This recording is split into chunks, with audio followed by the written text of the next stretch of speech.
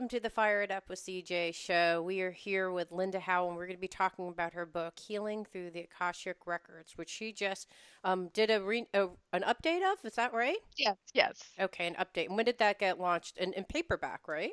It's in paper now. Yes. It came out in June of 2016.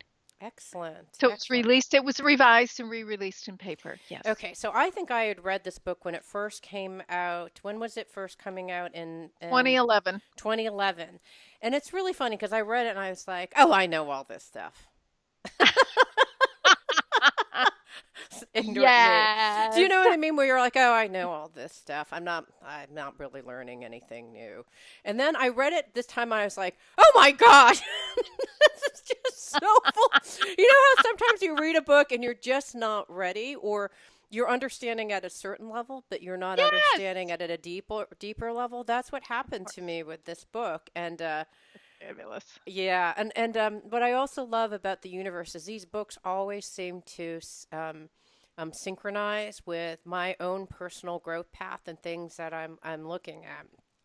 And there are several ahas in here that I wanted to share with you and the audience because I just thought that they were so powerful. Because having read through a lot of spiritual work, there's kind of ways of positioning ideas about healing that I Hmm. think I don't like as much as the way that you position them. Oh, thank you. But first, I want to talk about you. Okay, what was it like Okay. looking at this book, going through? Did you update the book from this version, or is it just a republish in paperback? From this version, it's really, I'll tell you what, I went through it because there were, I really cleaned it up and tweaked some things.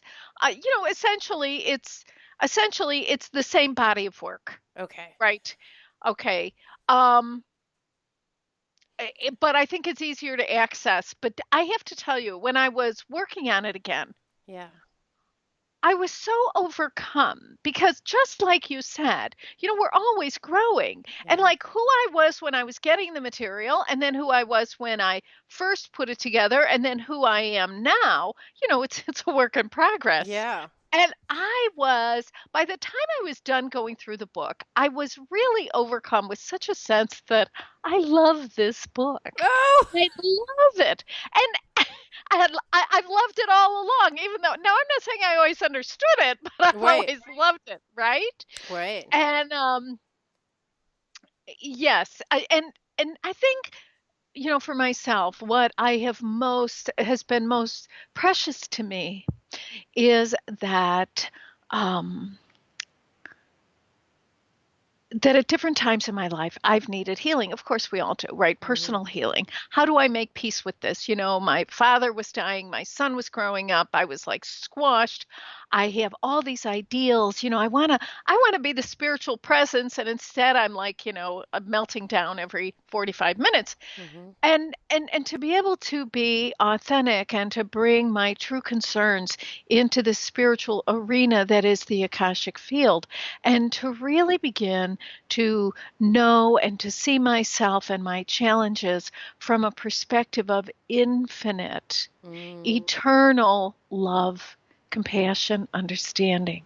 Mm. Really upending everything I think I know about healing, Mm. right? Hmm. Because what this really it's the reason I wrote this in the first place. It's because I needed help. This was really well. I mean, this is really hysterical. But why I does was anyone write any book, right? right. Because Why do they you need do to solve the anything? problem Help! themselves. Help! Help! But here's the thing. I was in a Barnes and Noble in my neighborhood, and I was standing in front of the spiritual healing section. And I'm all these books are there. I'm pulling them off the shelves. I'm looking for the right, where's the key to the kingdom here? And I realize, and I'm flipping through, and I'm like, well, this one says, to send beams of light, and this one says to pull funky things out of your aura, and I don't even know if I have an aura at this point because I'm really so vulnerable. And what occurs to me, I'm standing there in the bookstore, and I'm like, none of this makes any sense. I am like a regular, ordinary person with real human challenges, and I need healing that addresses who I am in a way that I can really grasp. Hmm. And then I went to my records, and what I noticed, this was so funny. What I noticed, no matter what concerns, problems, issues I would bring to my records, the response was it was consistent. And the response was, it's okay. Of course. You're a person. CJ, I was unnerved by the kindness. Mm. I thought something must be wrong. Something's got to be wrong. See, I'm Midwest American, traditional. Right. I'll give you something to cry about. I mean, like really, like, and this spiritual hardball. Damn Mm. it, you love being a victim or Right. whatever all this Yeah. crazy stuff is. And I was like, why? What is this? Mm. How old were you when you started looking at these issues? When you first started writing this book, then? Oh my heavens! This I started. Well, you know when it was probably 2002, 2003, Right. when I Okay. actually dug into this because what happened, okay, now we're going back in time, Okay. but working backwards, because see, before this I wrote How to Read the Akashic Records. Right. And at that point, oh, I had been on the path. I mean, since I was 24, I was, whatever. I mean, I was 55 when How to Read the Akashic Records was published. So, I mean, I lived this whole Okay, life. you look fantastic. Okay, that's just a little side Oh, one of thank that. you. You look amazing. Okay, Thank you. continue. Oh, thank you. But do you know what? Like, um, see, I thought, well, I've got the method. I'm done. Right, I'm going to sit down. I'll have some tea. right, Life will be good.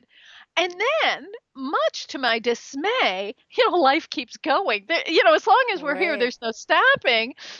And and that's when I was compelled and really um, called to go even deeper. It's called through my own need to Mm-hmm. go deeper in my records to find how, in heaven's name, do I make peace with the fact that, it's true, I'm infinite, eternal, immortal. That's all true. Right. But it's also true that I'm flawed and imperfect and a mere mortal. Mm-hmm. How do I live with that? Mm-hmm.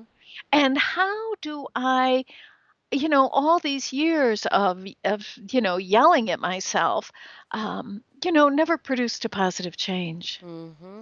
And that was really the only reason I was willing to give kindness and respect a chance. Okay, so you said that, so you were thinking about these ideas in 2003. You wrote the book around 2011, I think you said, and then it's come out again and you looked at this again. And you said that it was interesting for you because, the thing is about these are universal truths. So I'm sure Yeah. that what was true then is also true now. But how does it resonate on the inside for you when you read these truths? Well, do you know what?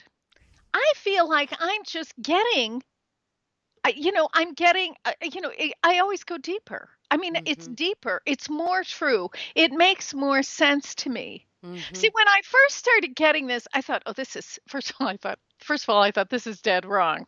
Then I thought, this can't be right. I just haven't, done enough affirmations, running Right. down the street screaming or something, whatever. Um, so that was my first phase. My next phase was like it was like a bomb in Gilead, right? And then this time though, I was very struck with I want to say the power of acceptance to not only release me from limiting patterns, old ideas, all that stuff, right? But to actually ease the passage into something greater, Mm. right? The acceptance of where I am in the moment, who I am in the moment, perfections, imperfections, all those kinds of things. But real, honest to goodness, getting on my own side, like Mm. really getting on. I mean, this is how I've come to understand unconditional self love, which as I'm reading this through, I'm like, this is the highest spiritual practice, Mm-hmm. unconditional self love. To learn how do I love myself as the divine loves me, Mm. right? Yeah. I Okay, love and it. so this involves cultivation of all those traits that, I really, I mean, we all have a seed, we all have seeds of that, but it's like to actually, can I grow understanding for myself? Can I grow patience for myself? And in that, as I am on that track, what happens is it empowers my ability to extend to actually be that to others as well Mm-hmm. and to receive it from them, right? Mm-hmm. So if I'm hitting myself over the head with, I don't know, insults and condemnation, you could be really nice to me, but I can't let that in. It's the law. I can only Mm. receive from you what I'm willing to give to myself. Mm. Mm. So, Okay, that's huge okay, because yeah, that's huge I'm because one. running around. Yeah, I'm running around like give me. But you may give it to me, but I can't receive it unless I have like a receptor site, and Right. I have to build my own receptor site. Yes, and so this is funny because I was planning for what to talk about, and then I thought, oh no, there's not enough time. I'll take this off. So now I'm pulling it back on. So, Okay, okay. And what is it? well, one thing. Okay, so I read through this book, Okay, and what's interesting, I'll tell you my ahas from this, please, but please, I'll tell you please. about the one that just relates to that what you were just speaking about. You talk about our internal conversations, right? And so you talk about it being harsh, disrespectful, patronizing, and ridiculing. And these are things that I've said to myself. I hear my clients say, we say these things to ourselves, whether it's Linda, CJ, or whoever I talk to. We say these things. Stop it. You're a fool. You're foolish. Get over it. How could you? Why didn't you? And it's like these long lists of ways that we berate ourselves. And then what I love that you said about this is that um, I've heard this said in different ways, but we hypnotize ourselves into believing that this is true. Because if you say this stuff to yourself, if our thoughts become our reality, you say these things to ourselves, but then it gets locked inside of us. And then you describe it rejection and resistance acts like crazy glue, the emphasis on the crazy between the emotions and the energy body, and negative response fix the object of their scorn in place, where it becomes petrified and becomes hostage to the very thing we disdain. Which I look at this, see how I underlined it, and then I like start it again. because Yay! because of all the things in the book, there were I marked out the things that I still like. This is still an Yes. issue for me. This is still an issue for me. And it sounds like it's been an issue for you that it has evolved over time. I Um, yes. how have you overcome this? I've lowered my standards. And And that's I don't mean exactly that. No, wait. But I don't mean that in like I've thrown them out the window. I'm not right, saying that. I'm not saying I've taken myself off the hook and I can be just a reckless lunatic. right. No, no. What I'm saying is this is so fabulous. I first came on the path when I was like 24. Mm-hmm. Profound spiritual moment, right? Just set me off on the course. And one of the big issues for me has been approval seeking, Mm-hmm. right? People pleasing, approval seeking. All right. And I have worked on this I mean, for decades now. And um, I'm 62. When I turned 60, I was like, reviewing my life. And I realized, and it was like, what is the biggest issue in my life? Do you know what it was?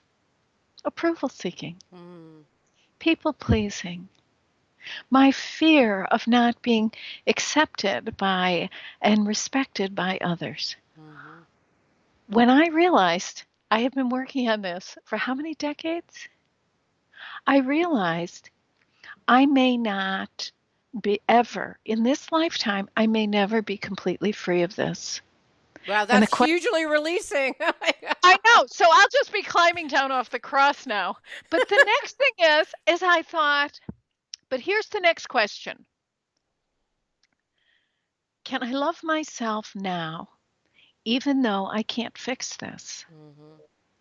See, what I have come to understand is I cannot wait to, transcend every limitation, release every limiting pattern, and then I'm going to love myself. I mean, Right.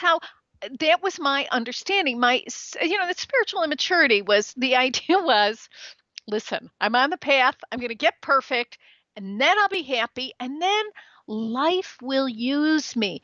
I but see, I was confused. I thought the purpose of the spiritual awakening was to realize perfection. It's not. It, it's That's huge. usefulness. It's usefulness for me to recognize that all these years I have been tripping over myself in a million and seven different ways. I have a short temper, I have a loud mouth. Sometimes my communication is lousy. I mean, we can go on, and we all have our little thing, right? Mm-hmm. And the most remarkable fact is that life has not held any of this against me. And every day I get up, and life will put me to work, even with my imperfections. Mm-hmm. And that has given me more freedom and peace than anything. Mm. Mm-hmm. And loving exactly where you are right now with your perceived imperfections. Even though we are perfect, we still have these perceptions of our Right, imperfection. right, And right. so lowering those kind of crazy standards, of which, where are they even created anyways? They're societal standards that generally don't make any sense anyways, but we hold ourselves But we to love them. them. Yeah, we hold ourselves to those standards Yeah. regardless. Yes. Yeah, I love that of just, and I do think that that is it is accepting where you are at that very moment and still loving yourself. It's funny because when my husband and I got married, I said, I know I have an anger issue. I have the same problem as you do, and I'm very loud. We have similar things going No, on. it's why we get on and we yell at each Exactly. other in the spirit of love, and we know we're fine with it. So I said, I don't know if I said, I don't really know. I'm not sure if I'm going to change. I can tell you that my intention and hope is going to be working in this one area of my life and hoping of changing, but I may never change. And so I have to ask you if you can love me as exactly as I am with no changes because I may or may not change. I can't. And so this is the ultimatum I gave him because I'm just a bitch. But like at the same time, I didn't give that ultimatum to myself, which is the key thing that I heard you just say. It's like, That's can the I key. love myself exactly as is with no change? Because if I can't, then we can't get to that point of self acceptance and love, I think, is the thing that Right, you're saying. That's what I right. got. Okay, so there's, oh gosh, so many things to talk about. Okay, okay. Yeah, there Okay. are we want to talk about. We Okay, and so we have listen. We're infinite beings. we We have our conversation. You and I are really connected, and our conversation. It's like we just connect and we just keep going. we keep on going. We All right. just that's what we do. So don't Okay, worry. okay, good. So here are the things that I love. I've talked to people. I'm coaching people, and we'll talk about stuff, and they'll say, I had this thing happen to me, and they'll describe a story. I had this job, and then I lost this job, and it came during the economy crash, and so just ever since, I don't really feel ever like I'm ever safe, and those kinds of things. And in my mind, I kind of like, oh, that's a trauma or a wound, and I just mark when I'm listening to them, I mark it on my paper of like That's circle great. back to just see, Sure. if they want to deal with it, this is something that they can look at and it will probably is affecting their whole life view. And you talk about wounds, and here's how you describe them in your book. I would love to Yes. see how if anything changes, but you said wounds are scars left behind by any kind of injury we've sustained, physical, emotional, or mental, that support negative ideas that we have about ourselves, others, and life in general. And so, why do they matter? Because they, you didn't, I'm going, well, I'm Yes. asking Yes. myself, why does Yes. this matter? And it says because they limit our ability to fully and freely express ourselves. And you said that they can result in terrible distortions in our perceptions, and they can limit our ability to experience the vitality of Right. life force. And then what happens is wounds turn into issues, and issues turn into patterns um, that we develop to interfere with our experience of our innermost self. I love Mhm. that. Oh, good. Okay, so how did you like what? How does this stuff come to you? It was just so well put. Well, I don't know. It's just and when you actually is it just like is this kind of you go in is it when you're writing is it like half channeling half writing is it in this or is No, it I'll tell you. No, no, no, no, no, no. no? I don't know about that. Okay. I'll tell you what. I'll tell you what I know. Yeah. I'm very self-centered. So everything is about solving a problem for Right. me. Yeah. And so I'm looking at like working backwards right? How is it that I see my whole life through this lens called I'm a victim? Mm-hmm. How is that? Like, how did I get here? Because being a very typical 21st century American woman, I don't like victims. Right. Bleh! Right. We condemn them, right? And so I have to work backwards. So that's how things go. And things come to me in very small pieces because I'm a slow learner.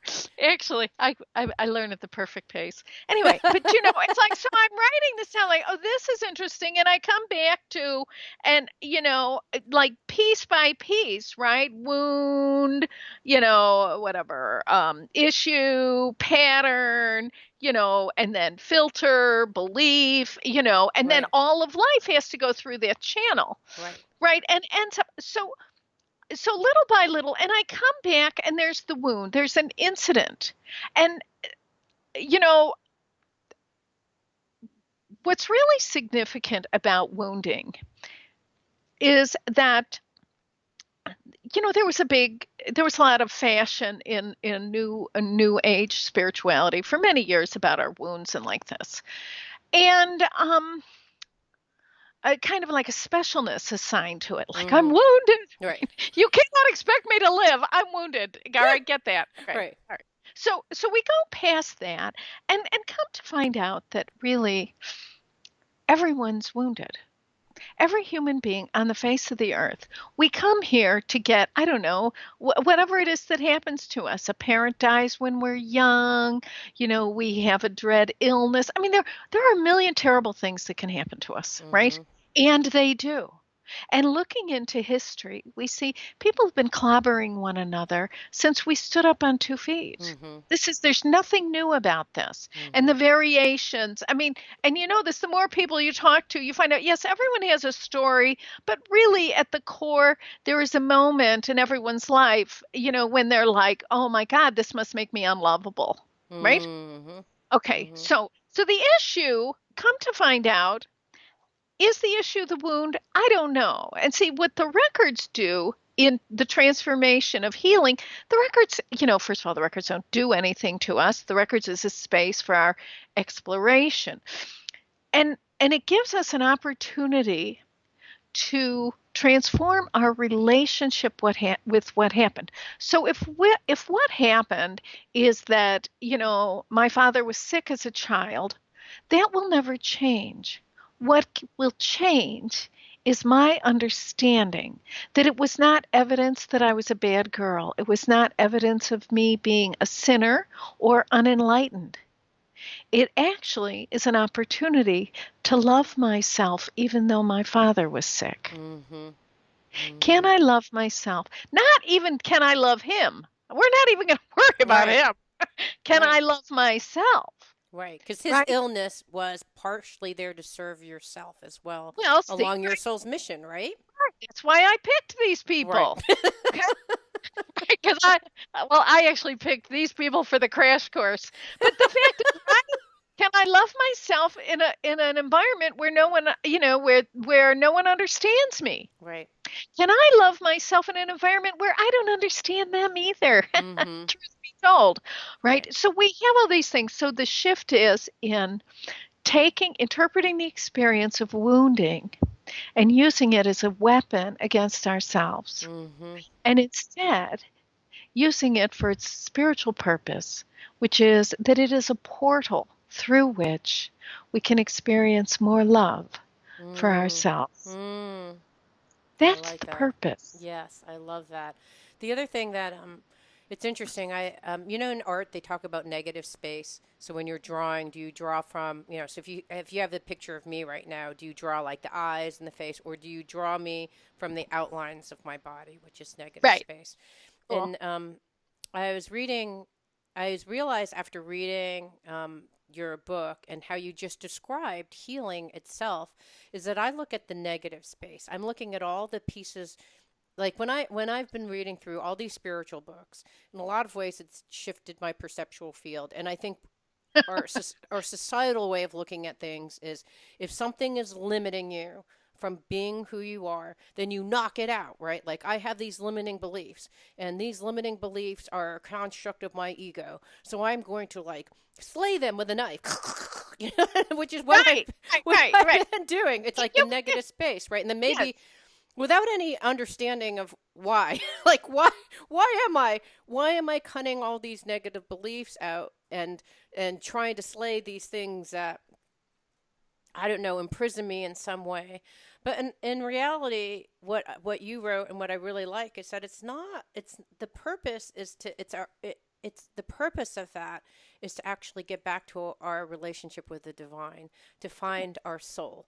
And Yes. so it's a different way of saying the same thing, right? This is saying we need to reduce the hold of our ego. And a lot of spiritual texts focus on the reduce of the whole of the ego. So you focus on the negative space versus the Yes. interior part, which is like, well, why do you do that? Because when you do this, you have a deeper connection with the divine and you actually have a deeper connection to your soul. That was huge for me because I guess I've read too many books that focus the other way around. Well, see, and I know what you're talking about. And see, I tried that approach and Yeah, failed. I did. Of course I did. I'm like, all right, we're going to, I mean, almost like I hit a lice comb. We're going to tease out all those limiting right. beliefs. Okay, so then I'm working in my records, and here's what I find out. The only reason I have those beliefs is because at some point they were a good idea. Mm-hmm. Every one of us is always in hot pursuit of our very best. I am, every choice I make, every decision, every action is an attempt to experience more love. Mm. No one ever gets up and says, you know, that is the craziest idea I've ever heard. I'm going to build my life on that insanity. No. We wake up, we find ourselves in different situations, and we're like, this is a great idea. This is going to Mm-hmm. get me from here to there. I know Mm-hmm. I talk in the book, I don't know if I, yeah, about, you know, when I was younger, I smoked, Mm-hmm. right? And you know why I smoked? Because I wanted to be skinnier Mm-hmm. and I wanted to be cool. I mean, it's all whatever. Okay, so here I am. So when I started smoking, I didn't say this is a filthy habit. I think I'll like ruin myself with it. No, I was like, oh, this is a solution to a problem. Mm-hmm.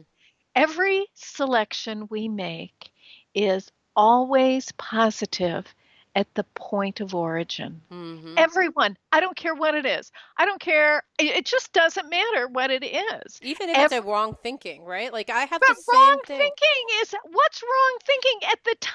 It It's is is the right. right Yeah, thought. that's true. Otherwise, you wouldn't have picked it. You didn't. No one ever says, "Well, I have these choices. I think I'm going to pick the. You know, these top two look great, but you know, I'm not going to do those. I'm going to Right. take third on the list." Right. No, we look and we say, given who I am and given what's happening, this is the best idea. This is a good idea. Right. Otherwise, we are not stupid creatures. Right. We're optimizing each time. Well, Every here's what happened for me when you said that. So okay, I now I actually reframed it and thought, okay, why were you battling with a sleigh all these limiting, like trying to knock down all these limiting beliefs? Well, at the time when that happened, I had the belief that if somehow I can remove all these limiting beliefs, then I will behave better and I'll be I'll be more lovable. Like that's basically the yes, construct in my head. Like if I think like what caused that? Well, it's the fundamental belief that I'm not loved. And if I do all this work, then I'll be better and perfect, right? I'm hitting this right, perfected good, and right, then I will right. be loved. But it's really and I reached a point, I think probably 2 years ago, where I thought, you know what? There's an infinite supply of these limiting beliefs. I could be examining limiting beliefs for my entire life, and I've knocked down a bunch of the hardship ones that caused me suffering and hardship. Right, And now right. I'm done. Like now I have to look at some other model because this model of trying to go after all these limiting beliefs is no longer working for me. And then that's when I stopped, right? When Good. it's like any behavioral change happens when those patterns of behavior no longer serve you from a behavioral change perspective. Right. And so, yeah, it's interesting. So, what I've adopted is I thought, well, I don't know what model I'm going to use because I don't know what model there is, except for the model that's actually in your book, which is the one that I've been Yes. adopting, which Yes. is about freedom. About freedom. And I love the way that you describe freedom. So, I want to talk about and another thing I'll observe. So this book actually has three parts. The part first Yes. talks about your own personal transformation, and then your personal transformation vis-a-vis working with other people and interrelating with other people, and then the third part is like once you've done all that, where do you go? That's And right.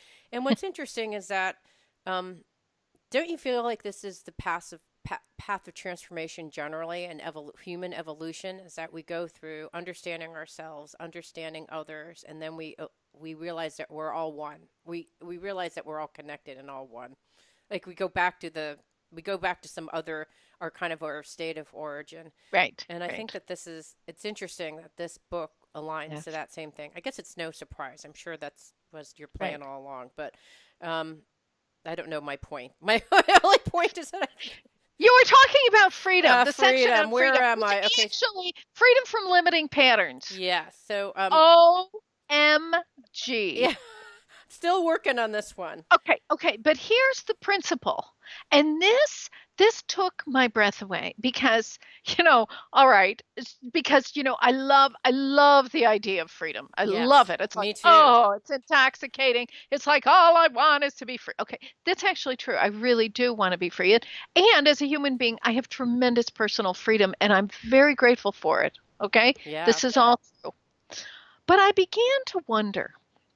So so what's the freedom really looks like such a so it's so appealing. It's so I love it.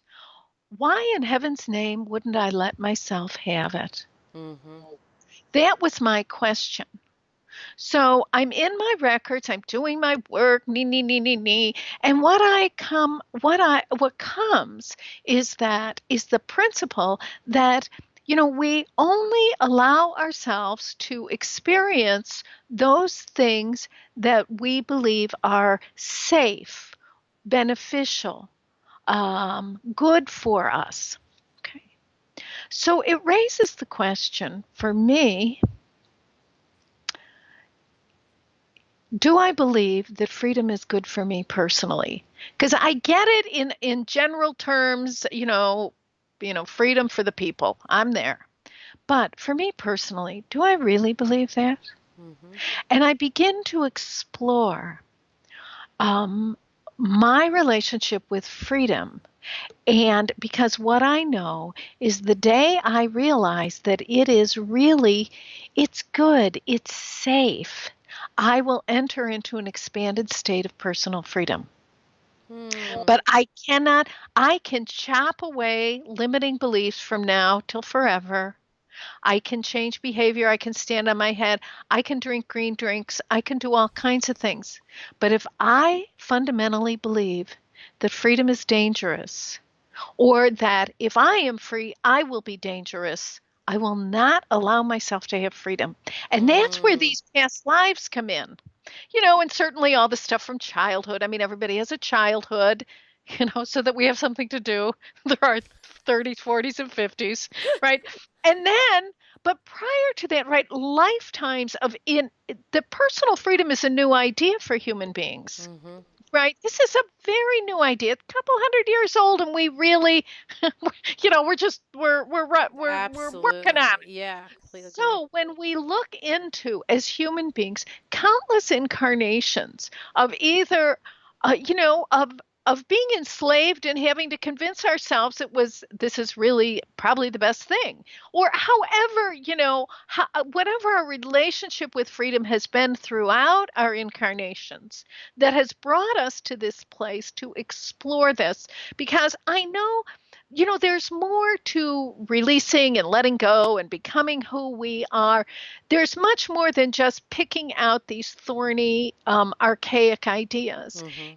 we have to, because we do not live in a vacuum. We are interactive, dynamic creatures. So not only do I have to let the beliefs go or live with them, right? Because the purpose of spiritual growth is usefulness. It Mm-hmm. is not perfection. So can I do God's will today, even though, even though I'm imperfect? Well, let's give it a shot. Okay. Mm-hmm. So that I have to look at what do I believe about freedom? Mm-hmm. But the other thing I found out in doing this book, this is so funny. The word beliefs, Mm-hmm. like, oh, what do you believe? Now, most of us, and I know your listeners, your audience, our people, right? We're all very sophisticated. We know the right answers. I believe in the oneness of all, or Right. whatever we're believing at the moment. Right. But see, what I found out is that if you take the word belief, you take that out of the sentence and I ask myself, what do I know about this? What Mm-hmm. is true about this? Mm-hmm. Then I'm going to find out what I believe. Because if I Mm. say to myself, what do you believe? I've read all the books. I know what to say. Right. But if I say, Linda, what do you know about this? Mm-hmm. Then we're going to start picking out the real beliefs. Well, it's funny because when Anyway, I went, so freedom was one of the themes of things that I was working on at the end of last year, and I think at the end of last half, and probably into this year. Because as I read this, I thought, yeah, I still have issues. Like, not issues, but like I still have a way of thinking that's not helpful. And for me, freedom equals fun. When I'm having fun, I'm free because I'm not constrained by societal ways of being. I can just do what I want, say when yeah, I want, do say, and someone was telling me that this was their definition of happiness. If you can do what you want, do when you want it, and do it with who you want it, then you're free. Like, you're happy. But to me, it's like then you're free. In my mind, when I heard him say that, I was like, that's when you're freedom. You have freedom, and when you have freedom, then you have fun. So that's my relationship to it. It all that's relates to fun. interesting. Yes, What was it yes. for you when you actually looked at it? Do you remember? Do you know, I don't know that I think that way. You don't? Okay. I mean, maybe I do. I haven't looked at it that way. I mean, for me, the freedom is it's very simply it's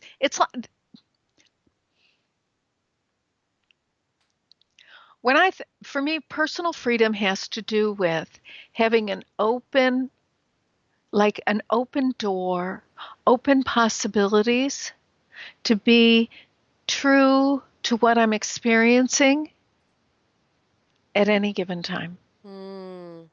So you're not bound by what you think you should be thinking or you're just innocently observing Just like, without. and where I am relieved of self consciousness. Hmm. Okay, so you said in your book, which I underlined profusely again, you Okay. said, what do you mean by freedom? It's a kind of freedom that explores the freedom to express our innermost self. So that's what you're Yes. saying. It's that, That's that really what I'm part, saying. It's the right? freedom to express the innermost self. And the form of that always changes. It's Mm-hmm. always changing. Sometimes I want to be free to have a good cry. Sometimes I want to be free to go Mm, out and visit with friends. And sometimes I want to be free to walk down the street in the snow. mm, Sometimes, the freedom, sometimes I want to hang out with my son. Sometimes I want to be with my partner and go to a movie. mm-hmm. The freedom itself, like the form it takes, I love that link, and I talk about this in the book, this idea of appropriate action, Mm-hmm. where the innermost self, right, the to be aware of the innermost self and to be conscious and aware enough, right, to to get the signals like, wow, this is a great day to go to a movie, or oh, this Mm-hmm. let's bake a cake, or but to really be engaged in a process, to be the one who takes the action on the desires of the innermost self, so that the inner Mm-hmm. truth is being expressed through appropriate action. This is not, as opposed to, I like, oh, I'm going to do all these things because they're the right thing to do. Well, okay, that's a very nice list, but it's not a powerful list. It's Mm-hmm. not an inspiring list. And I don't know about you, CJ. That's not going to get me out of bed in the morning. Yes. Gets me out of bed in the morning is like, oh, as this day unfolds, the game for me is, wow, can I listen and take action to Right. express what's true in here right now? Mm-hmm. Mm-hmm. It's so funny because on Monday, I had a day where I went and got I went and got some acupuncture because I had some pain in my arm, and then I went and got my hair cut, and then I got my hair colored, and I was like, oh my God, so this is my berating Yeah. voice. Oh my God, what have you done all day? You're just so like, what are you doing? And then I thought, wow, that is just so awful. Look what I did with myself. Like I equated and if I when I broke down how I looked at it, I thought Yes. It's great. self-care and doing what I want is being lazy and indulgent because I'm not doing anything productive. And so what was interesting is that if when I really look at what was truly happening, what I was doing what I wanted to do, which was follow my innermost pull and make it Yes. happen. But I Yes. did not give myself the freedom to do that. I didn't put it in that context, but I didn't, in thinking about this now, I didn't give myself the freedom to just do what I wanted to do, to follow the inner pull. Instead, I actually put judgments on You myself punished when I did yourself. that. Yeah, I punished myself when I did But that. but see, so here's where we go. Of Yeah. course you did that. You have a lifetime of punishing yourself for every act of kindness that you extend to yourself. Hmm. So we don't want to be surprised. So Right. can I love myself even though I'm punitive? Yeah. Okay. Now here's the other thing. Then there's so that's the personal piece, right? Right. Then we're going to look at the bigger picture. So the truth is, we are the first generation in history that has the personal space and like the personal freedom and sense of entitlement to actually listen to ourselves and act on our truth. Our Hmm. parents were not doing this. It's so And true. if they did it, it was occasional and they tried not to let it get out of control. Do you Exactly. understand? But if we step back and look in terms of the evolution of human consciousness, it's very easy like, oh, Mm. how come I don't know how to do this and I make bad choices and I meh, meh, meh. The fact of the matter is, we are the first group of human beings who have been on Earth who are taking these actions consciously. Never before in human history. Yes, there's always exceptions, but at a collective level, this is new, and we must give ourselves a chance to learn. That was a huge one. That's huge.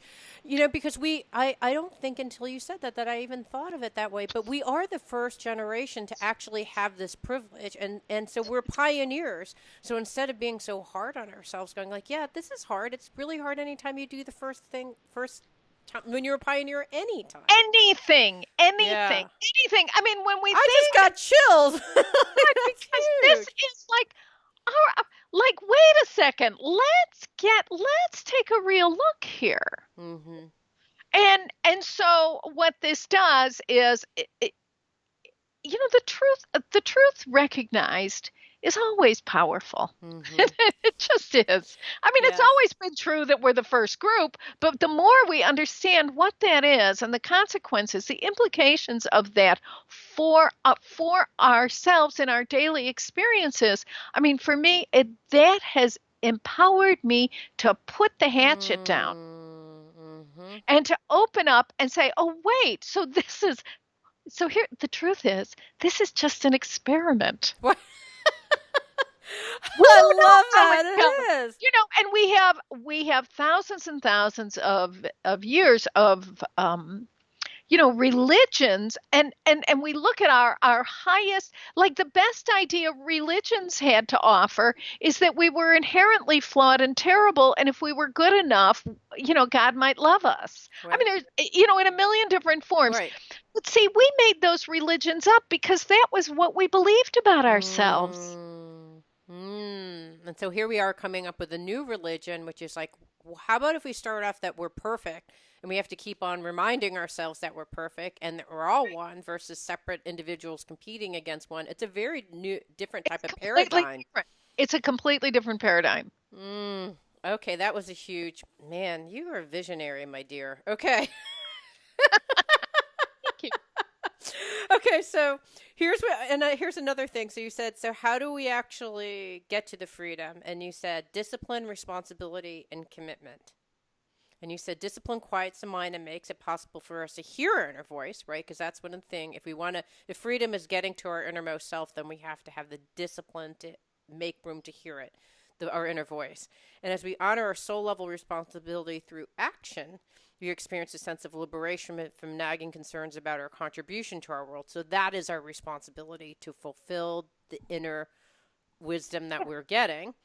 And commitment when we free ourselves from our inner conversations, the debates about our world's activity and participation, right? Because we're always like striving for some Right. externally defined rule versus an internally driven type of thing. When we recognize and validate our commitments, we achieve freedom for those activities and concern that really are not ours. Um, I love that.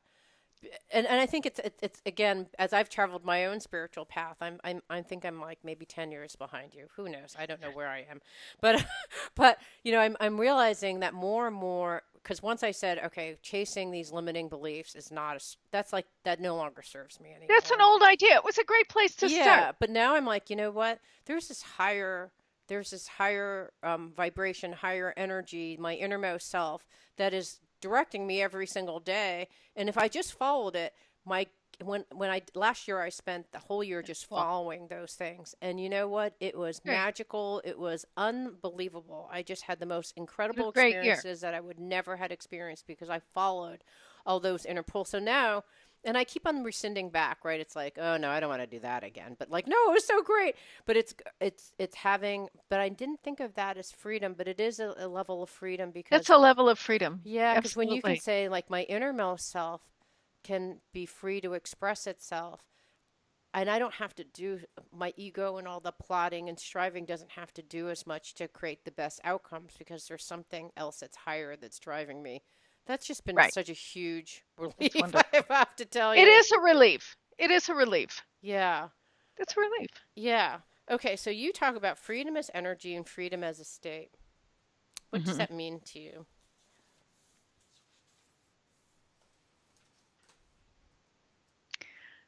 Oh, this is a great question. I haven't thought of this for a while. So freedom is energy, right? It's the energy to move in the to move forward. The state of freedom. I love the state of freedom because it's open. Mhm. And but you know what's interesting about it is there's a level of trust to it. Mhm. Like both of these, the underpinning, I mean, as you're even, it's like, wow, just how much trust. Like I must like what's required for me to be in a state of freedom, like that's the center point. It's like where I plant myself. I am planted in a state of freedom, and I approach life from that perspective, that I am free, that you are free, that it is good for us to be connected and to express ourselves, and all of that is okay, and that's all within this space of freedom. That Mhm. but what's the underpinning of that is a deep trust in the Mhm. really in the goodness of life. Right. Life is good. It is safe to be free. It is safe to explore possibilities, right? And there's the energy of freedom is like it takes us places. The energy of freedom propels me to the places I'm going to end up there anyway. I can go there kicking and screaming, or I can ride on this on the energy Right. freedom.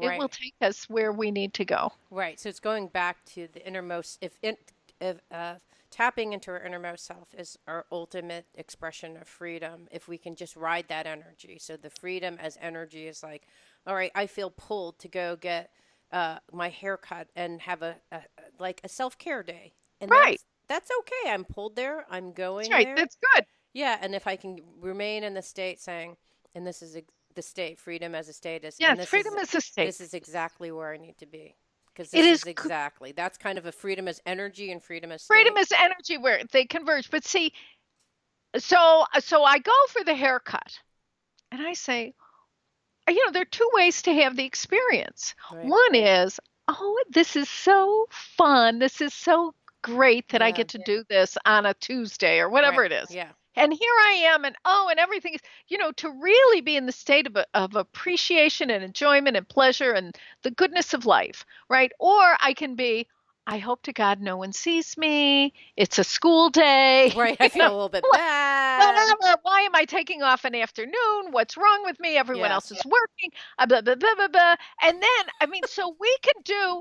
So the experience is a woman sitting in a chair getting a haircut Right. somewhere, right? And it's just, but the experience is really determined about do do I know? Is the universe? Is it a loving universe or is it not? Mm-hmm. That's really the big question. Mm-hmm. Because if it's a loving universe, we're going to move in the direct. Then we've got something to trust. Right. But if we can trust, only in the moment, of course, but if we can trust, then all of life opens up to us. But if I'm over here in that, I'm not so sure life is good. It doesn't look so good to me. It's, Right. terrible things happen. Blah, blah. If I'm over there, then I am, it's just one door after another closes, closes, closes. I will close into myself Mm-hmm. Yeah. and I suffer. went there too. I went there for a moment where it's like, oh, I can't believe you're doing this. Is this how you're going to lead your life now? Just like going from one luxurious thing to another, self-indulgent. Yes, What kind of life are you going yes, to lead? And then I was like, God, it was just like one day. You never do this. Just cut it out. yes. So, and the thing is, it's good to take care of yourself. Yes, it's important It's to have like, what's self-care. the, it's all, it's important. Now, what I found for people like you, you're very strong service consciousness, you love Mm-hmm. people, you've got all this. Okay. So what I've seen is that many people who are wired this way, like if I say to you, oh, taking care of yourself is good. Right. You're like, so what? Right. How's it going to help others? And then Right. you're like, But oh, it helps wait a others second. by helping No, no, yourself. no, no, no. But wait a second. This is a valuable perspective. So, Mm-hmm. but we want to take it back a step and say, listen, CJ, Mm-hmm. I know you want to continue to serve at this very high level, like outrageous generosity, right? You're all about it. Mm-hmm. And if you let yourself have a day off, this will multiply what you have to give. That's going to get you. That works. Mm-hmm. It See, does. we have this idea that to be concerned about our contribution is like, I don't know, Neanderthal or something. Mm-hmm. The fact is, it is enlightened. It is enlightened of us to think, how can I be in tip-top shape so that I can give the very best of who I am today? Mm-hmm. And that makes it easier to receive. Mm-hmm. I think you're right. It's going And back to that loving yourself. yeah, It's okay. All right, I want to talk to you about. Oh gosh, we okay, ran out of time. it's owned. Okay, so we got to Actually, go. All right, so all I'm right, gonna go. listen. All right, you're going to go. I'm going to go. I love you. We'll talk again. Yes, I love it. Thank you so much. It means so much to me that you're listening to the show and would love your support in any way by giving me comments below or to subscribe to the show or share the show with friends. Thank you again for your support. Love and blessings.